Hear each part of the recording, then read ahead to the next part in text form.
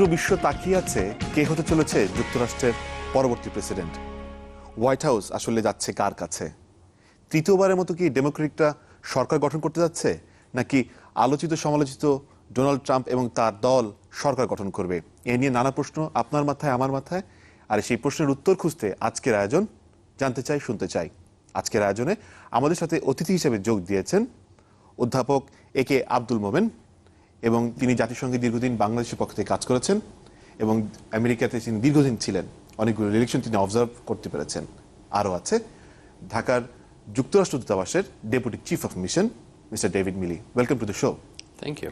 We have a little story to describe the whole election, and then we'll come back to the show, our discussion. Let's watch it. The US election takes place on November 8th, 2016. যুক্তরাষ্ট্রের president নির্বাচন হয় 4 বছর পর পর। প্রথা অনুযায়ী যা হয়ে আসছে নভেম্বরের প্রথম সোমবারের পরের মঙ্গলবার। বিশ্বের সবচেয়ে শক্তিধর দেশটির নেতা নির্বাচন হয় 2 ধাপে, একটি প্রাইমারি আর একটি জেনারেল ইলেকশন। একটি দল থেকে মনোনয়ন পেতে ইচ্ছুক এমন একাধিক প্রার্থীর মধ্য থেকে হয় প্রাথমিক বাছাই। জানুয়ারিতে শুরু হয়ে যা চলে জুন পর্যন্ত, যাতে ভোট দেন শুধু ওই দলের কর্মী আর সমর্থকরা।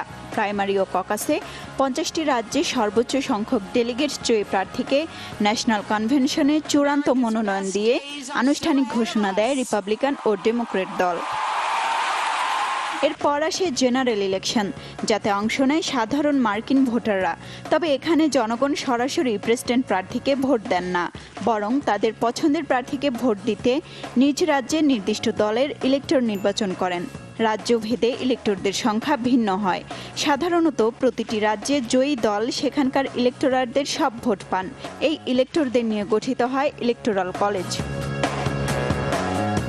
এই নির্বাচিত ইলেক্টররা ফের ভোট দেবেন দলীয় প্রার্থীকে। প্রথা অনুযায়ী 18 ডিসেম্বর সিনেটে ডেমোক্রেট দলের জয়ী ইলেক্টররা ভোট দেবেন হিলারি ক্লিন্টনকে, আর রিপাবলিকান ইলেক্টররা ভোট দেবেন ডোনাল্ড ট্রাম্পকে। শুধু প্রেসিডেন্ট নয়, ভাইস প্রেসিডেন্টও নির্বাচন করেন এই ইলেক্টররা। তবে এখানে এক দলের নির্বাচিত ইলেক্টোরাল কলেজ চাইলে ভোট দিতে পারেন অন্য দলের প্রার্থীকে।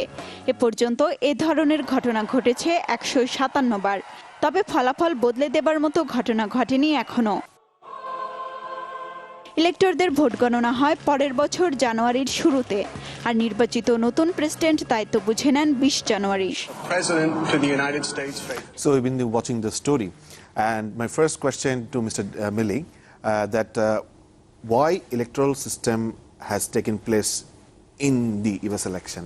How does it really works for the president candidates? Hasib, thank you. First, let me thank you for having me today. And Dr. Momen, it's a pleasure to serve here with you today in this discussion. You are a very experienced person with the United States. You've spent a lot of time there, and I think we will have a very good chat today. Right. Regarding the Electoral College, I noticed in your introductory video that it explained very well that one of the facts about our system is that it is only 538 people who actually elect the president. And that number comes from, it's the same number of people that we have in Congress, in the House of Representatives, 435, plus senators, 100, plus 3 representatives from the District of Columbia. Right. And what happens here, and the reason that we do it this way, is that the U.S. federal system has a lot of focus on states' rights. And so our election system is based very much on looking at votes state by state. So, for example, I'm from the state of Virginia. We have 11 congressmen, and we have 2 senators. Okay. So when I vote for president, I'm actually voting to elect 13 electors out of 538, who will then gather later and formally elect the president. And the president will be elected. The president will be the person who receives 270 electoral votes. That is the majority of the Electoral College. Right. And is it always reflect the same scenario by the, say for example, being a voter, I want to vote Mr. Trump or Ms. Hillary, but as I'm done my voting, and then I have chosen my, say for you are saying you have to vote for 13 people, and 13 people will select the president. Do they really come up with the same results that voters expecting, or mismatch sometime? It's a very, very interesting question. I would say it's never a mismatch because it is the system that we have designed and the system that we follow. Again, the state-focused system. However, you raise an important point. We do not always end up with a result that reflects the majority of the vote. For example, in the year 2000, former Vice President Al Gore actually received more votes than George W. Bush, who was elected president. What's that? 1.4 million more votes. But it was the way that the electoral votes were counted state by state that led to the election of the president election of George W. Bush. That's once only. Well, there were actually 4 periods in our history. The previous periods were back in the 1800s. Okay, fine. Sir, how do you see this time, this election? As we've been discussing, it's quite unique in different aspects. See, this is a very interesting year. Yeah. Very interesting year for even the U.S. because we always think we take U.S. at a higher standard. And the U.S. presidents, the expectation is they are the best in the world because they rule. Whoever would be president is likely to rule the whole world. In a way, yeah. In a way. And there are a lot of expectation of them. Of course. This year is unique because if you look at it, there is a lady who is contesting from the Democratic Party. If she gets elected, she will create many history.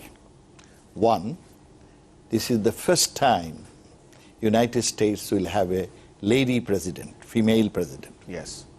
If he is elected, if she is elected, another history. This is the first time in U.S. husband and wife both would be elected. Mr. Clinton, Yes. Bill Clinton, and now Hillary Rodham Clinton. This is unique in the U.S. history. This is also a very interesting year because if she's elected, that not happens that much. Third time, a democratic, the government would be in power. And this is also a unique year. This is the year when 2 candidates have been exchanging more hatred than more issues. In the debates that we have seen, or even other discussions that we have seen, his main campaign is based on some cheap issues. That's the way I feel it. Okay. His issues are, okay, before that, this is another year. This is the first time possibly, and he may correct me, the presidential candidate has not submitted his income tax, because he didn't pay any penny for the last many years, many years he didn't pay. He took the loopholes in the U.S. system. This is the first time. That's his capacity. Of course, that's very sure. But when I look at it, I feel bad. Agnew Spiro, who was vice president, when he was a councillor in a municipality in Baltimore, he didn't pay only $20,000 in the tax, and he has to resign. People in USA are very sensitive to this issue, the tax, and this presidential candidate is somehow managing it. He must be smart.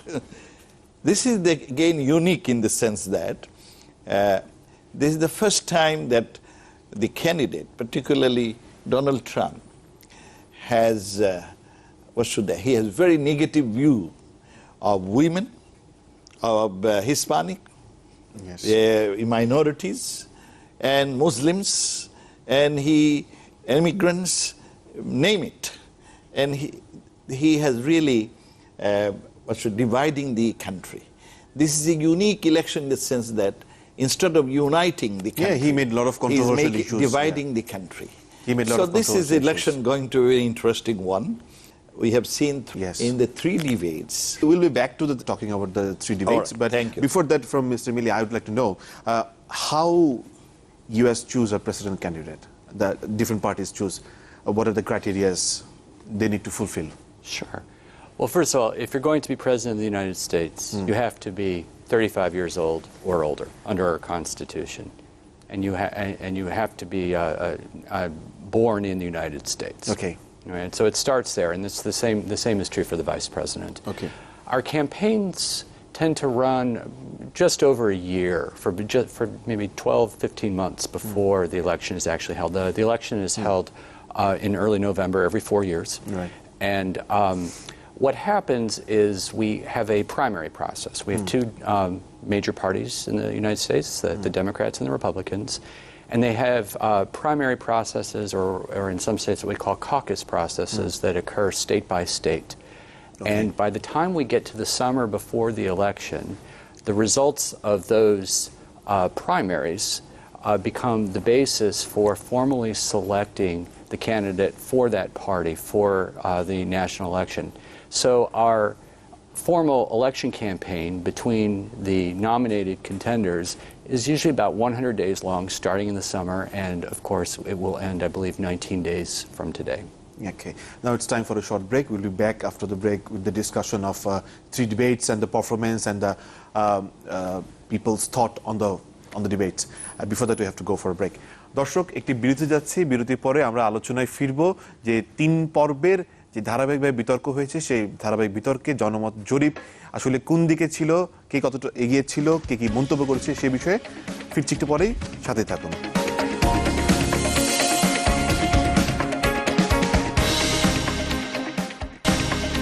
আমন্ত্রণ আরো একবার জানতে চাই, শুনতে চাইতে।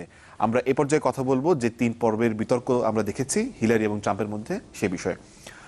Professor, we have seen 3 series of debates between the president candidates. We have seen pulling their legs. These debates are very important. It's in the USA, there are, the the voters, Democrat, Republican, and some people have neutral. Debates are very good for those who are uncommitted, neither Democrat nor Republican. Not, I should say, die-hard Democrat, die-hard Republican. Right. And at times, even some Democrats, as David has said, in the election, whether you are a Republican or Democrat does not matter. You can vote for anyone.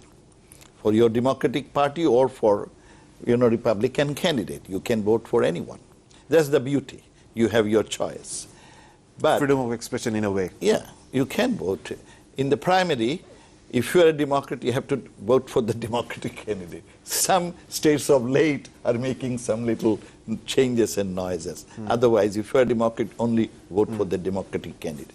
Now, these debates are important because these debates exposes the issues these candidates are concerned of. The people are concerned, how you relate to the people's concern, those comes out in the debate. There is 3 debates, and in each of these 3 debates, Hillary Clinton, as per media and some survey, she won. Far ahead. Yeah. In the first debate, I think she won as per CNN. It varies from, media to media. Definitely. CNN 62 and 37. Yeah. In second debate, it was 57 and 34. 57% people that those guys interviewed, they think that Hillary did. In the last one, it is, if you remember, it's 52 and 39. But one important another thing is in the discussion, it says who looks more presidential and better president. This is another survey, survey. And it's 59% thinks Hillary and 35% thinks is Donald Trump. This year debate, I think, is more exchange of many lies. For example, when Hillary was saying that Mr. Trump, you always speak against the illegal immigrants, but in your Trump Tower, use illegal immigrants and paid them less than $4 an hour. And you misuse them. And Trump said no, but fact of the matter later on came out in the TV itself that actually Trump used, but he said no, I did not hire them directly. I hired a company and that company used. This is, yet one should say that if he's very honest, he would not have done it, but he did. Anyway, so my reading is out of these 3 debates, as I share with others, the Hillary won. Because Trump was making a lot of noises and lot of... He's a kind of noisy candidate. Always, because that's his strength. But Hillary refused to answer those. Trump will catch a lot of voters in the sense that because his is, he sealed the borders, no immigrant, no illegals. These are cheap things, And if there is illegals comes, they will, create terrorism in the country, which is not true. But that's the slogan he is, bending upon. And I think those will not in the long run. Let's see what happens. And now, Mr. Milley, as the professor is saying, a lot of issues been discussed throughout the debates, but what are the issues for the voters for America at this time? We only see two major parties from where we see the presidents. Are there any parties? I'll answer those in reverse order because Sure. The party question is pretty straightforward. Yes, we have two dominant parties in our political system, but there actually are many other parties. They tend to be quite small, and we do, I think it's since 1852, everybody who has been elected president of the United States has been either a Democrat or a Republican. Our system is focused on what we call a winner-take-all system. So normally when somebody runs to be in the House of Representatives, the Senate, or for president, or House of Representatives or the Senate is actually where I focus, the winner of that race is the person who draws the most votes. In other countries in the world, often you vote for a party, and then you allocate seats based on how the parties perform.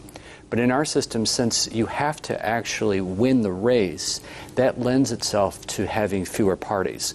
Right. So that is what most people would say is the reason we have a tradition of a two-party system. Actually, I would say that the issues for American voters are really quite enduring, even though they look different every election. Right. We're very focused on prosperity, we're very focused on security, and we're very focused on fairness. And let me explain how that looks in this election. When I say prosperity, you're seeing a lot of debate. If you watch the three debates we've had so far, a lot of focus on creating jobs, on trade issues, on how we're going to make our economy function better. On security, a lot of concern about terrorism, for example. When you talk about these issues, I got a question in my mind that as we have seen in the last debate, Mr. Trump kind of gave a hint to denial the result after observing the result. So before you answer this question, I have to go for a break and we'll come back after a short break. দর্শক সাথেই থাকুন, সময় হলো একটু বিরতির, ফিরছি একটু পরে।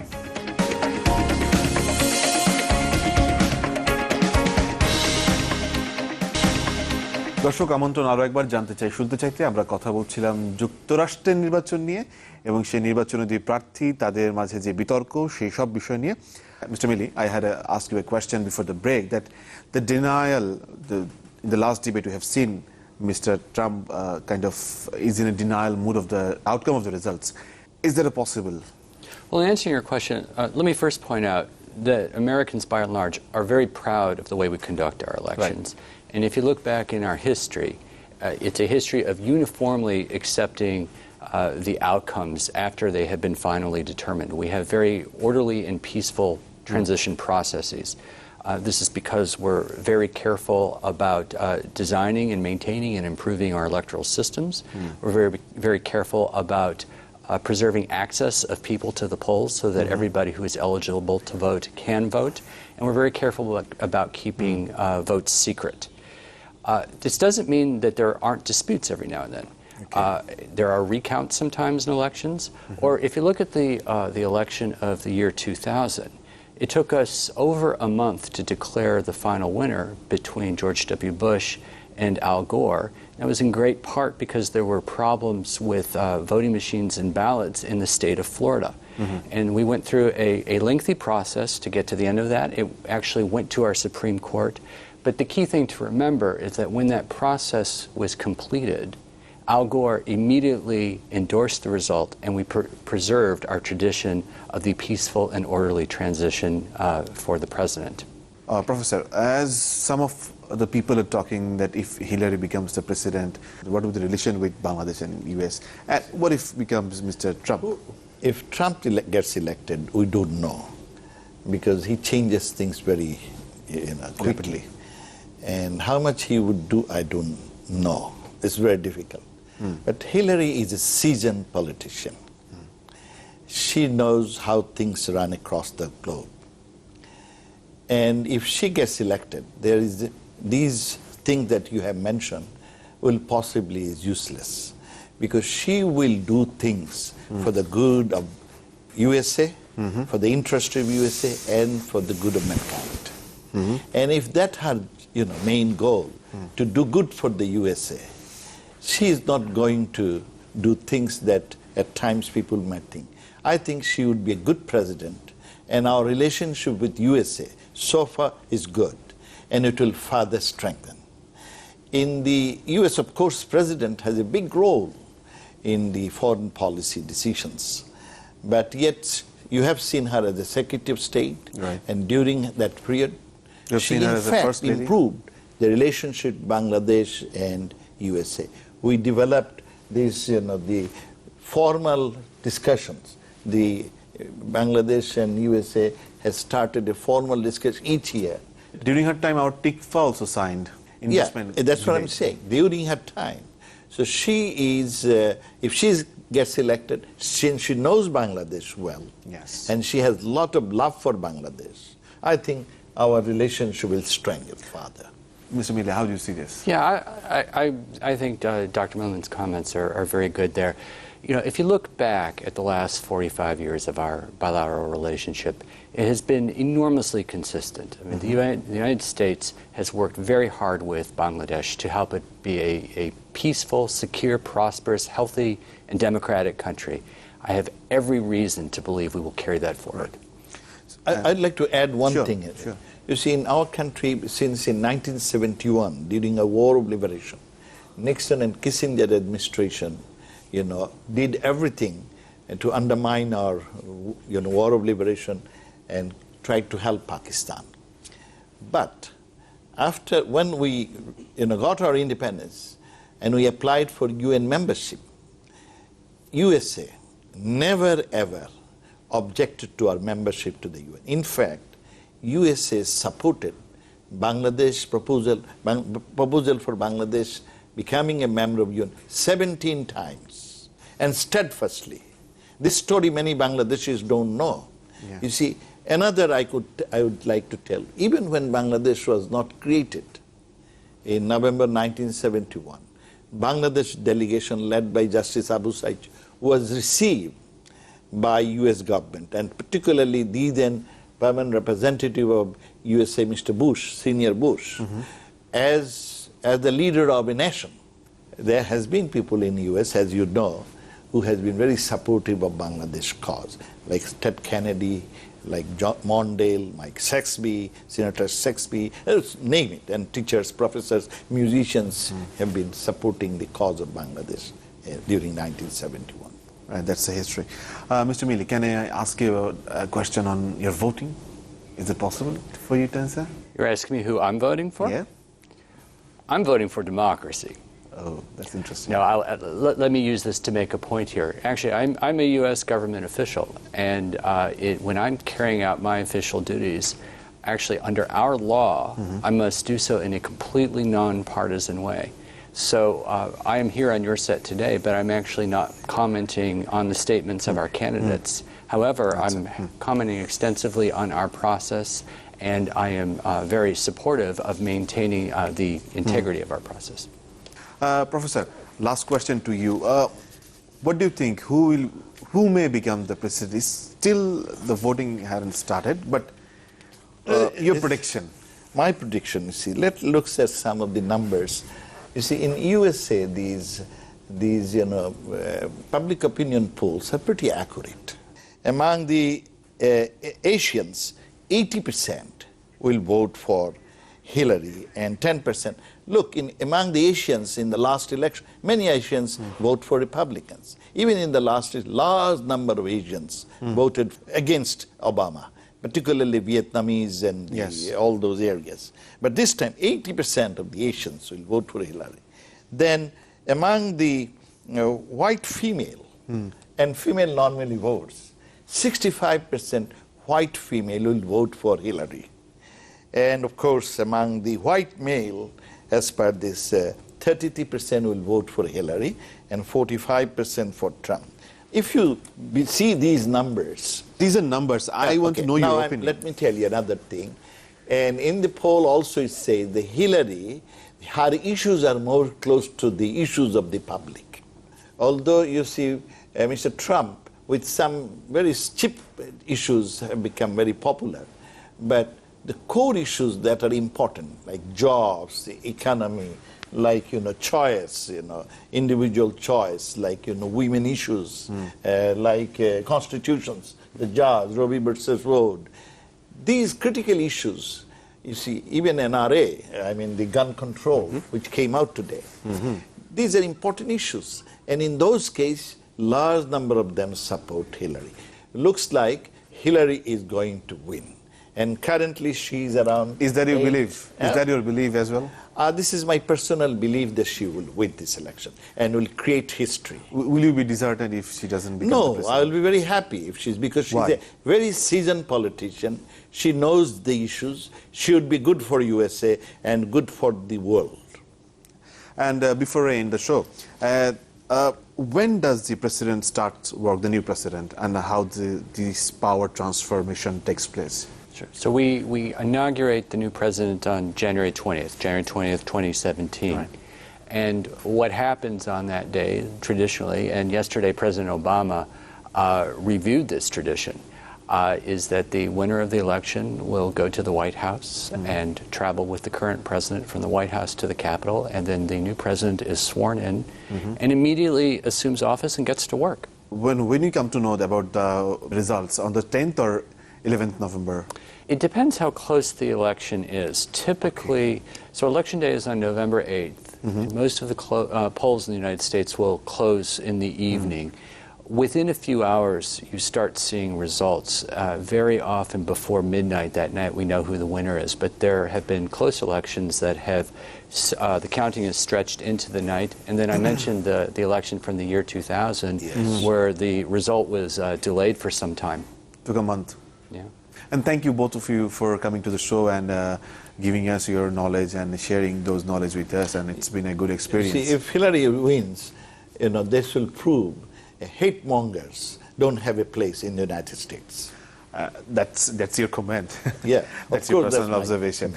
If someone who creates hatred against every groups of people, that person has no place. But he also got a good number of people good number of support, and that's But who- I feel what do you bad think? about it because you see, These Hillary supporters will have to stay Hillary with has the many Trump supporters. negatives, I That's how the agree. Hillary has many negatives. Many people don't believe her, and many people think that she is, some groups of people are basically managing her. But given all those things, the way Mr. Trump tried to divide the country and divide the world, it looks that he's unfit to be a leader. Let's see Donald Trump can divide the United States or not. দর্শক, আজকের মতো এখানে শেষ করব, তবে অপেক্ষায় থাকবেন দেখার জন্য কে হতে চলেছে যুক্তরাষ্ট্রের পরবর্তী প্রেসিডেন্ট। আশা করি যেই হোক না কেন সে বাংলাদেশের ভালো বন্ধু হবে। সুস্থ থাকুন, নিরাপদে থাকুন।